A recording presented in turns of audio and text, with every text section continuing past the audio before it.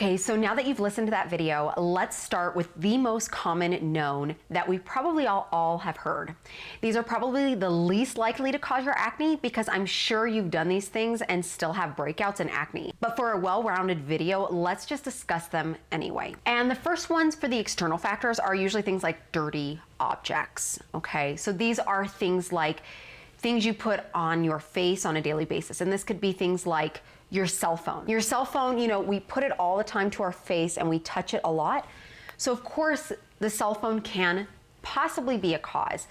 Now, if you're noticing you're breaking on both sides or all over, probably isn't the case. Unless you talk on both sides of your face often, probably won't really be your main cause at all, but it still wouldn't hurt to clean your phone because these are one of the dirtiest things that we do carry around and put towards and on our faces. So cleaning your phone would be a good option for you. But you can also be thinking of other things like your pillowcases, for example. You know, we sleep on them, we sweat on them, we drool on them, everything. So sometimes things like cleaning your bed sheets, cleaning your pillowcases, this would be an idea to kind of help just make sure everything is clean. The other thing I want to mention here too is things like, you know, other pillowcases. Like, so for example, couch pillows. Those don't get washed too often, and those hang around the house for a long time, and we've got our dogs on them and cats on them and who knows what, and dust and dirt falls on them all the time. And I've noticed sometimes people, they might be watching TV and they'll rest their chin or something on a pillowcase, or maybe if they're on the ground and they're lying on their stomach and they'll rest their face on the carpeting or something. Sometimes those things can cause breakouts. So just keep that in mind, that if you are putting your face on, you know, nice comfy things like your carpet, your couch pillows, the couch itself, or even like your favorite blanket or really nice comfy blankets, these things do need to be washed. It's harder to wash things like couch cushions, but you know, and even the carpet, like that could go for some cleaning, but you know, those things aren't as common cleaned like we clean our bed sheets and pillowcases and things like that, and what we can do with our phones.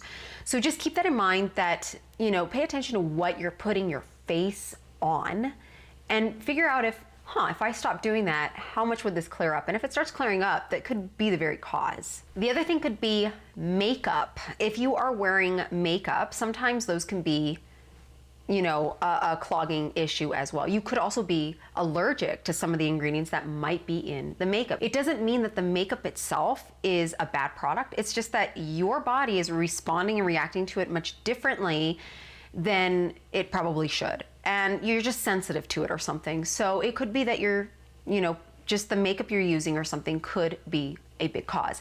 The other thing too are the makeup brushes, the sponges, you know, all these things. If you're not washing them and you're keeping them out, or you're just constantly loading it up with makeup, that could be an issue as well. You could be definitely just putting more and more bacteria and dirt and dust into your pores, which could be causing this issue. It could also be things that you might be allergic to, like perfumes or fragrances and sprays.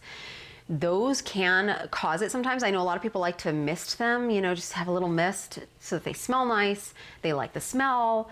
They want people to, perfumes are kind of made to, when you have a certain smell, it's like you want to get closer to them, or that you want to have them remember you as that nice smell that they can kind of sort of remember in their head. And so we like to use those a lot of times, not just so that to cover up BO or something, but we like to use those things. And sometimes you could be allergic to your cosmetic sprays and perfumes and things. So just be aware of that. The other thing too is, I've even mentioned about washing your, you know, bed sheets and your pillowcases. You could also be allergic to, you know, detergents, fabric softeners and things like that you might be using to clean your bed sheets and your pillowcases. It may not even be that you're like, well, I wash them all the time and I'm still breaking out. It may not be that they're necessarily dirty. You could be a bit allergic to what you're using to wash your clothing. And some of the most common things that people do gain allergies to are perfumes. So there's sometimes perfumes, and I know that they sometimes make detergents with perfumes and fragrances in them so that your clothes smell nice. I've also noticed ones that don't have perfumes or fragrances in them. Sometimes it doesn't really help clean out like the BO or something. I've experienced that before and I'm like, this is weird. I've never really experienced it before, but it was something I did notice. So the fragrance thing is kind of something that people do like to put in there, but I know that they do make fragrance-free detergents due to people being allergic to it and maybe having allergy attacks and things to that. You could also be allergic to things like your shampoos or conditioners. A lot of times if people are breaking out in the forehead area, a lot of times that can possibly be proof that your conditioner, it's usually your conditioner, but it could also be your shampoo that you're using to wash your hair, of course. You know, it kind of comes down a little bit or gets in that hairline where it can be actually clogging your pores and you're just reacting and responding to it differently than other people would. So even though it may not be making someone else break out, your body is just not working with that specific fragrance or brand or whatever ingredient that's in there, it could be a very possibility that you might need to change out your shampoo or conditioner. Another good aspect of it is if you have what they call bacne, which is acne on the back. If you happen to notice that your acne is kind of more of a V shape than necessarily all over, that is usually a good indicator that you are allergic to like your shampoo or conditioner as well. Because as you rinse it out, it kind of rinses out in that V shape where it's just kind of clogging up your pores even more throughout that. So it could just be something as simple as changing out your shampoo or conditioner. It could also be that your skincare products that you're using, you could be allergic to it or that there's an ingredient in one or all or most of your skincare products that you are allergic to and you're not familiar with you being allergic to it. I remember reading somewhere on the internet that someone said that they were using a vitamin C serum and they started breaking out. And then when they stopped using it, it stopped breaking them out.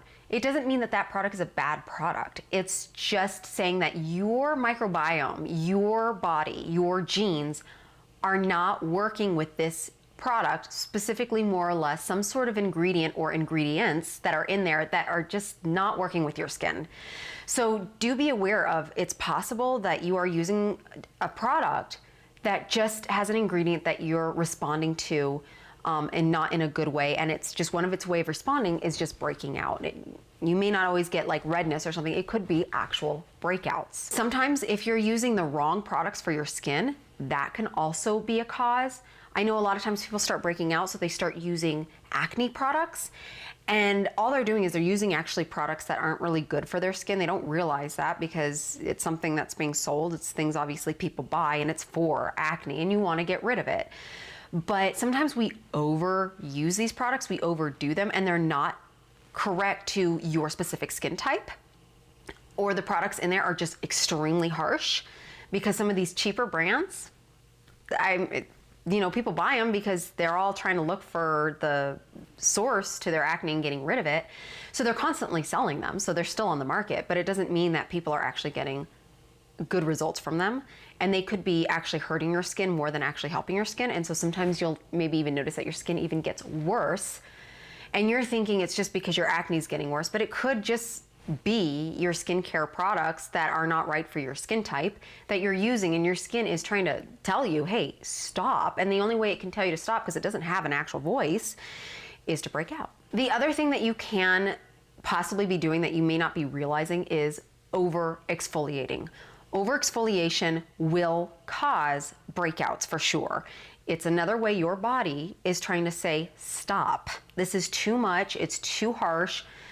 The other thing too is it's unable, when you are constantly exfoliating your skin, what's happening is you're removing a lot of layers of your skin, including taking off that acid mantle if you're overdoing it and using very harsh products. So now your skin can't protect itself. So now it's going to be invaded with bacteria and problems. And it's unable to have that top layer to help even protect the rest of your skin. So now it's just struggling to keep care of itself, and it's now breaking out.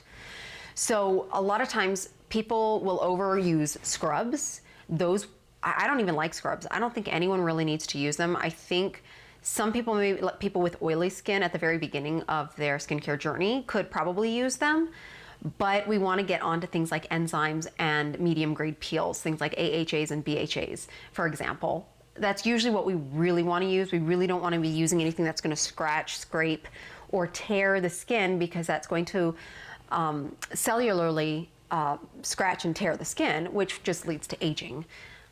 That's not good. So I'm always pushing the fact of using the proper exfoliation, obviously for your skin type, but just using things like enzymes and AHAs and BHAs. A lot of times people also use those rotary brushes. I know people who usually are breaking out, they just feel like they're not clean, because that old information about not being clean is still kind of in our head, because we know it's bacteria. And bacteria kind of lives there if it's not really clean. Well, our body's a little different. Our bodies actually do need bacteria. They actually need good bacteria. The ones that are making you break out is bad bacteria. So you don't want to be killing off all the bacteria, because a good part of that is the good bacteria that's keeping your skin healthy and well kept.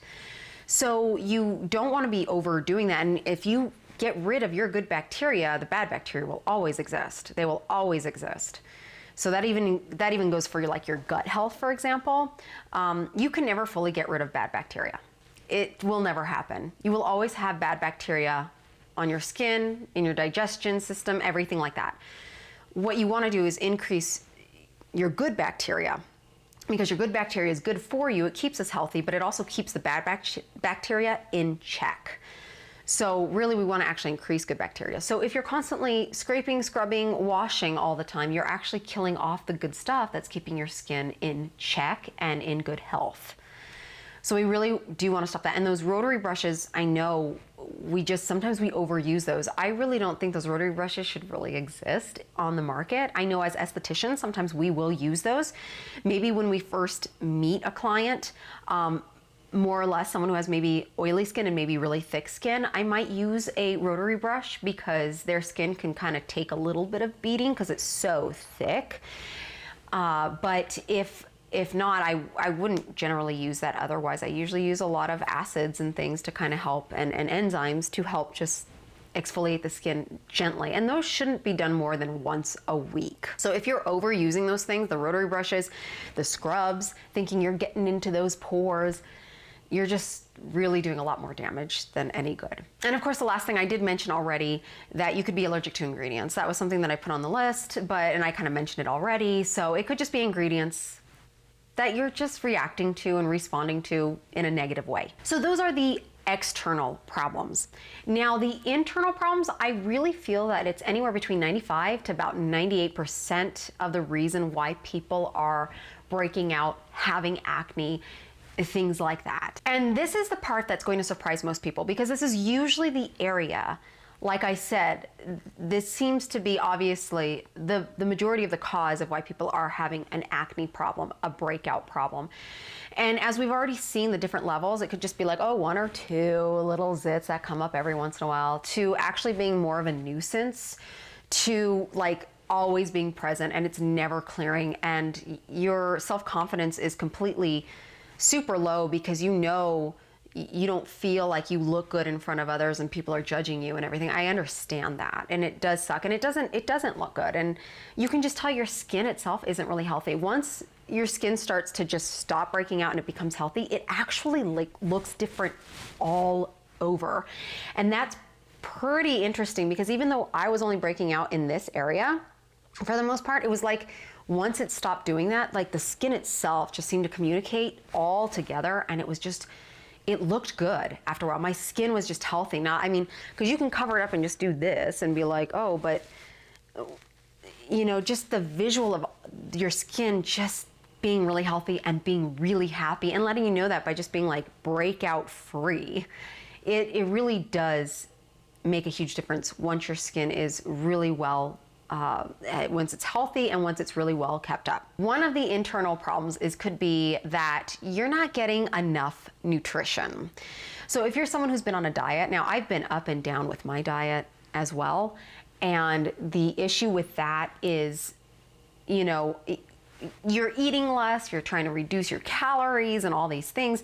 Well, when you reduce so much, you're not getting the full nutrition that your body needs in order to repair and keep up with its demands of just being a body.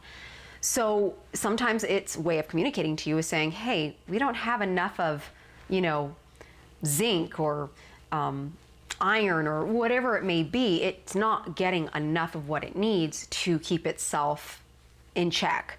So I was someone who's always, I've always been a thing about the way I look. I've always been cautious about my weight. And the main reason for that is because I used to be overweight. And it wasn't until I was 13 that I was very intentional on losing the weight. And I basically became anorexic. That's kind of my little life story there, is I became anorexic because I was serious about losing this weight. And I got to a point where it wasn't like it kept going so far that I got so thin and I'm like, I have a problem. It's like my mind was like, as soon as I got to a goal of like, okay, I'm thin like all the other girls, I look good, things like that, I was totally fine and I didn't need to starve myself so much. I don't ever suggest anyone ever do that. It can ruin your body. It can rob your bones from nutrition. Maybe I can do a whole video on that sometime, but for now, I'm just gonna say that that's what I did and that was a big mistake. But it could be one of the causes that caused me to also later on in life have acne, because I didn't have enough nutrition and I didn't really understand, in our lifestyle here, especially in America and in many other countries as well, as they are becoming more westernized, if you will, the food is not really nutritious. And I do have a video on nutrition a little bit, and what could also help here in the acne. So I'll put that up here in the video too for you to watch if you're interested in the nutrition from the beauty within. Another thing that could be causing the acne is that you are allergic to a specific maybe food, for example. So with my personal experience was, I think for a while at least, not entirely, but for a while, I was actually allergic to coffee.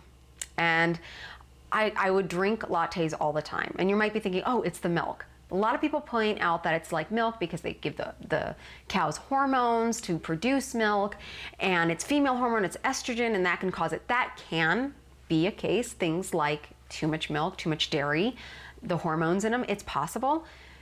But I know a lot of people who have acne have like tried, they've cut out dairy, they eat almond milk, coconut milk, whatever. They don't eat cheeses, they really keep to dairy free, and it's still not happening for them.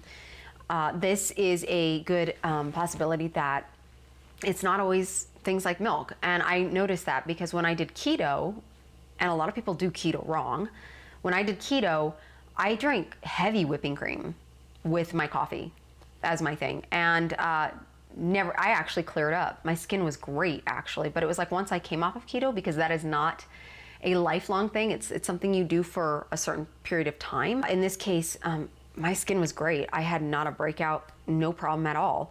But once I came off of things like keto, it would just kind of keep happening. Eventually, I stopped drinking coffee. I just didn't feel like drinking coffee. So I stopped for a while just because I didn't feel like it. And then one day I decided, I want some. And during that time, my skin actually cleared up. But I would go through those phases where it would clear up and then not clear up and then, break it. And you're like, why? What did I do differently? I kind of thought of everything, but it was just still giving me this like, yes, it's working. No, it's not. Yes, it's working. No, it's not. And it's just constant. And it was so annoying that when I started drinking coffee, I started breaking out again a little bit. And I thought, I wonder if I just stopped drinking coffee, would this start to go away? Sure enough, it started to go away. I didn't have a single problem with breaking out at all. And so after a while of not being on coffee and seeing clear face, I started to introduce coffee again a little bit. And I noticed I could drink coffee for about 2 to 3 days before it would start making me break out. So like once, twice a week, I would probably drink some coffee. I'd get a latte or something. And then after that, now it's like, because my body is like, I guess it's balanced itself out, that I've noticed that it's usually now the espresso that seems to do the big trick for me. So I can do more of like a drip coffee and not really have it affect me at all. So it's really interesting how things can affect you once you find out what it is. And for me, it was just coffee. And I know it's not the caffeine. Some people are like, oh, it's the caffeine. No, I have had other things that have had caffeine in it. I don't drink soda, but I drink green tea, which has caffeine in it, and chocolate has caffeine. I mean, there's a few things that have it, and I never had a problem with it. So there's just something in the coffee bean that my body was like freaking out over. And it could be that I just over drank coffee and my body was like, hey, we just need to calm down. So it could be that you're allergic to it for like just a short period of time and you just need to detox from it. Maybe if you come back to it, maybe it won't affect you anymore. So once you figure out what that is, maybe you're eating or drinking something way too much, your body could just be affected by it for that. So I know this video is already kind of going on a little bit longer than I expected it to, but I just wanted to just share that with you. We're almost done. So another thing could be stress. I know I mentioned in the video earlier that when I would stress out sometimes, and if I was going through a breakout situation, I would kind of break out here. And they would kind of scab up too, by the way. They were more like scab breakouts, and they might come up here a little bit, but it was a lot of times it was like right here that it would happen. It would sometimes only be on one side. It wouldn't always be on both sides, but it would just be on one side. I don't know, it's just the way my body wanted to express, hey, you're stressing out and we're gonna let you know. And so it let me know. And with my personality type, I tend to stress out easier than most people. I may not look it, I don't even sometimes know it, but my body will definitely let me know that, hey, this is too much stress, and it will do it in different ways. So another thing can be hormones.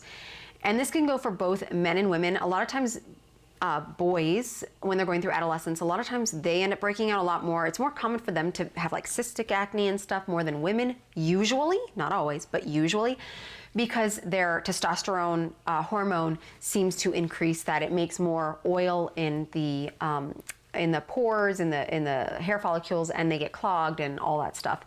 So it could just be like, just kind of like getting the testosterone in balance for men. For women, it could also be things, you could have too much testosterone. That does happen with some people. It's not super common, but it can, again, make that extra oil. The other thing though too could be it's PCOS, which is polycystic ovarian syndrome. This is where cysts develop on your ovaries, and this can cause acne to happen. A lot of times, not always, but most of the time, it will kind of be like in the cheek area here, kind of coming down all the way through on more or less both sides. There could be other ways of breaking out too, but it's kind of common for it to completely be littered here, and of course in the chin area. This is something you will have to talk to your doctor about to see if whether or not you have this condition. And at least if you have that condition, it could be the possible cause to breaking out and having acne issues. Hopefully that's not the case, but it is a very common thing to have happen specifically for women today, so it could very well be the case. So unless you find out these issues, your acne is always going to be there until you figure out how to solve these issues. Now, my last one is, as I mentioned earlier, that you may not be getting enough nutrition. You can be deficient in specific vitamins and minerals that do keep your skin healthy, or just in general. These are very common. And if you've ever noticed, a lot of times when people go on things like Accutane, Accutane and a few others, but Accutane is very common because it's made specifically for people with acne. A lot of times they might even put you on birth control, for example, which I don't think is necessary because you can really probably figure these things out through more or less your nutritional issues. But a lot of times things like deficiencies, Accutane is a high dosage of synthetic vitamin A. So I always think, before you decide to go on Accutane, if your doctor says, hey, you qualify for it, or before maybe asking your doctor on that specific drug, you may want to ask them about going on just getting some good vitamin A and just kind of taking quite a bit of it. I did make, like I said, I mentioned earlier, I did make a video on nutrition, and I do talk about the vitamins I use. And that vitamin A in that video that I use, I used to take 3 of those. And that will definitely make your skin feel really soft. But you do need to talk to your doctor if that's even going to be safe, because, or for you, for example, because, you know, You could, if you're on other medications, I don't know what your pre-diagnoses are in your gene health, you know, whatever your doctor knows about. So that's another reason why I'm like, you do need to talk to your doctor about these things. They might just blow off vitamin A. They're like, no, you need to use Accutane. If they're willing to put you on Accutane, chances are taking a good source of vitamin A probably won't hurt you. But again, you do need to talk to your doctor about that and ask them, hey, well, would it hurt me if I try that first? And I think that that right there would probably give them saying like, well, it won't hurt, but I won't see it happening. Just give it a shot then. You know, I really think that if that's the case, it's possible. It's just vitamin A. But usually it could be a multitude of things. It doesn't always come in just like you're just missing vitamin A. It could be you're missing vitamin A and vitamin D. Sometimes I've seen people who are missing vitamin B's in their body, and that's what's causing the issue. And all of a sudden, they clear up. And I think it was B5. It's super rare if this is what clears up your acne, but I think there are two causes to why B5 vitamin would actually work for you. Is like, again, if you've been on some diets or you've been anorexic, that your body has depleted that vitamin entirely in your system and has none. And I think there was something else besides that, but you need to have some, you know, it could very well just be that you're just missing a few nutritional stuff in your body. Maybe taking a blood test and finding out if you're deficient in anything, that might help to let you know if whether or not, you know, maybe you should be getting some more of this and that. And I know a lot of times people also talk about it's better to get the vitamins and stuff from the food. And yes, it probably is better to get it from the food. But our food is so depleted in vitamins, most of the time you have to eat a lot sometimes in order to get that back. So it wouldn't probably hurt too much to actually be getting, putting in a vitamin in order to refill your body up since it's so depleted. And no, you don't always pee everything out. Your body will take in stuff. It's just that those vitamins usually have a lot more than what your body can take in at that moment. So that's where you will probably be peeing some of it out. But I will tell you, I have experienced taking vitamins and specifically vitamin A, and you will notice your skin so much smoother and softer because it naturally exfoliates the skin. So that's what it does. So just keep that in mind. So I know this video went on a little longer than I expected it to, but I wanted to kind of give you the full round information as to what could be causing your acne if you have a problem with breaking out and having acne and it's just consistent, because I know exactly what that's like and it's really annoying if you don't have the information. So I just want to say thank you again so much for watching me here all the way to the very end of this video. Thank you for joining me here at Contour Image, and remember to stay beautiful for life.